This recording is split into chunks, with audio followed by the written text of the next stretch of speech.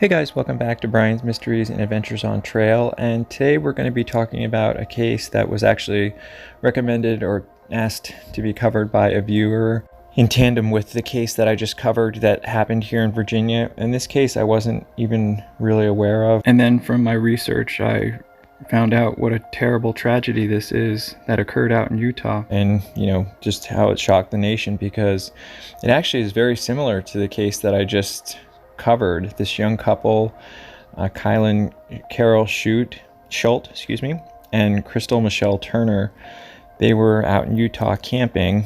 But first, let's talk about the women, who they were and how they came out to be out there. Carrol Schulte, who was 24 years old, was from Billings, Montana. She had gone to high school there, and for a partial time she had worked as a welder.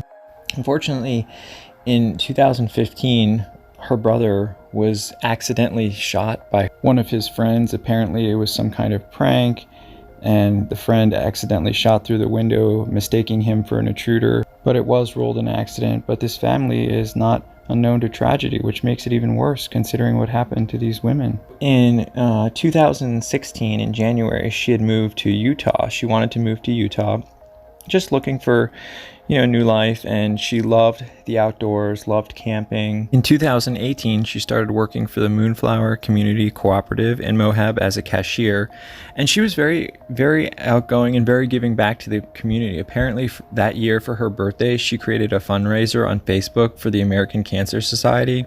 It was March of 2019 when Kylen Schulte and Crystal Michelle Turner, or Crystal Beck, that's when they started dating and hanging out, going camping together. They got this rabbit that they love to go camping with, and I'm going to have a picture of that as well. And that was when their whole relationship started.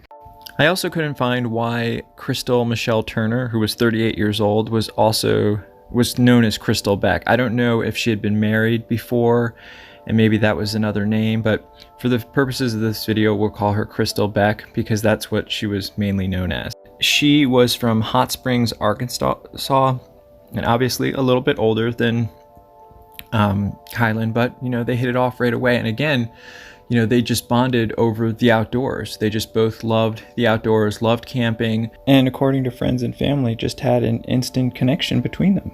In November of 2019, they got themselves a van, which they retrofitted to be a camper. So they just made it so that they could travel around and go wherever they want, exploring and camping. And according to their friends, they were camping around because they couldn't really afford housing and they were trying to save money.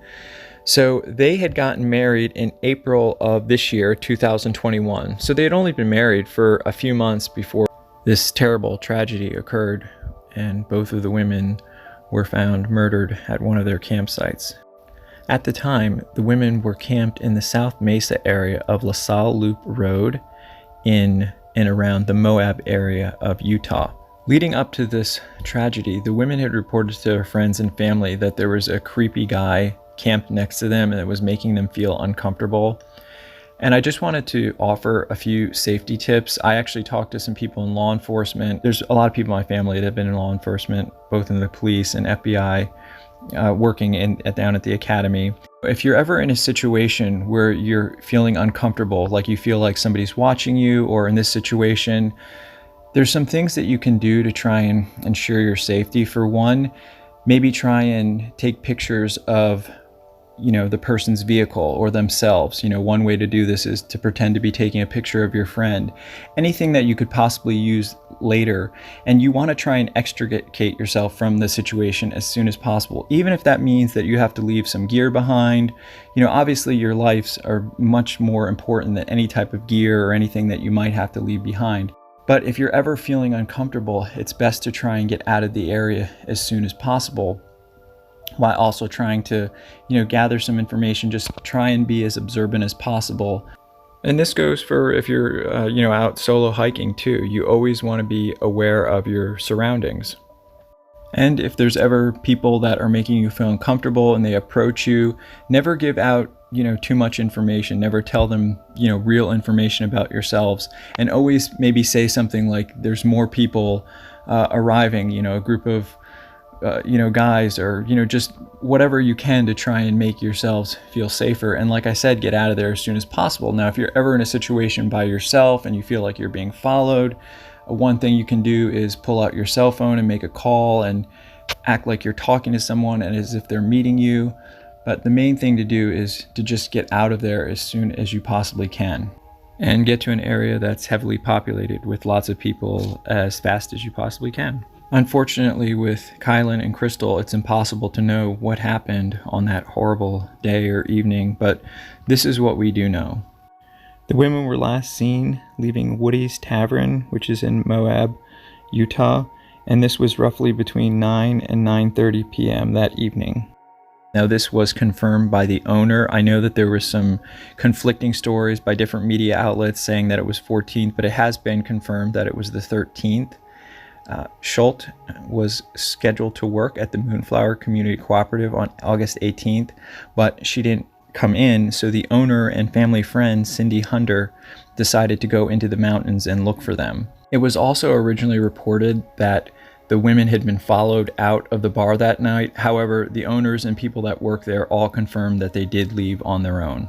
Sadly, on August 18th of this year, Cindy Hunter, the family friend and owner of the Moonflower Cooperative, found their bodies, and they had both been shot.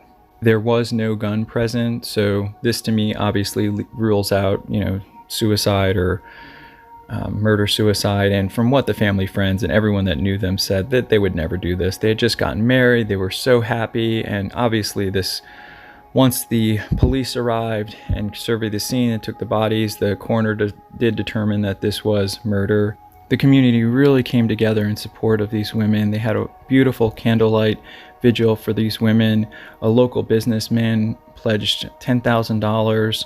They raised thousands of dollars to help, because the Schulte's family wanted to bring her back to Billings, Montana, so that she could be buried next to her brother. It's obviously an open investigation, and one of the weird things, to me at least, is, and I know that a lot of the community members have expressed their thoughts on this too, is that the authorities said that they don't want anybody to be scared, there's nothing to be scared of, which to me it kind of indicates that they either have a suspect or they're on the lead of somebody, because for them to make a statement like that, that's pretty bold. I mean, the FBI, the Utah State Bureau of Investigation, they're all working on this. And for them to say to the public that there's nothing to be scared of after two people have been brutally murdered is quite a contradictory statement. But I know that in investigations like this, it is a valid technique to withhold information, because they need that in order to eliminate suspects when they're interviewing them. And this is the way that they are able to catch certain suspects, because only certain people would know about details of the crime scene. If they release too much information to the media, the lawyers of the suspects and defendants can argue that, they just read it in the media or they heard it from, a news source. I can't imagine how traumatizing this terrible crime was to not only the families and friends, but all the people of the community of Moab. And I'm sure that they're all, no matter what the authorities say, I'm sure that they're frightened and on edge. But hopefully, they find a suspect, or they're on to lead a suspect, and hopefully that they can find some answers and get closure for this family soon, because this is an absolutely terrible tragedy. And I just don't understand these kind of things. They're just so upsetting, because I don't understand what people are thinking and what people think gives them the right to take the life of another person, no matter what they have done. Or it's just mind-boggling and so upsetting to me. And I just don't understand why in 2021, with all this progress we've made in certain things, it seems like we're going backwards in ways. We have more of these horrific crimes and these spree killings, and I just hope and pray that things start turning around and getting more to a peaceful way of living. I mean, it is ridiculous that every other day we wake up to these horrible tragedies. It shouldn't be like that. My thoughts and prayers go out to both the families of Kylen Schulte and Crystal Beck, and everyone who knew them, the members of the community, everyone that's helped to try and find justice and raise money for getting them back to their families and loved ones, and just hoping that this case can be solved soon. Authorities are please asking with anyone with pertinent information to refrain from sharing them on social media and to call the sheriff's office directly at 435-259-8115. And this I actually found kind of interesting. Why would anyone share a tip on social media where everyone could see it? I don't think that would ever be a good idea. I'd like to dedicate this video to Kylen Schulte and Crystal Beck, and praying for their families and friends, and wishing that you rest in peace and are in a better place. Thank you for watching, as always, and please keep the comments respectful if you choose to leave them. And thank you to co.ag for providing the background music. I will see you guys in the next one.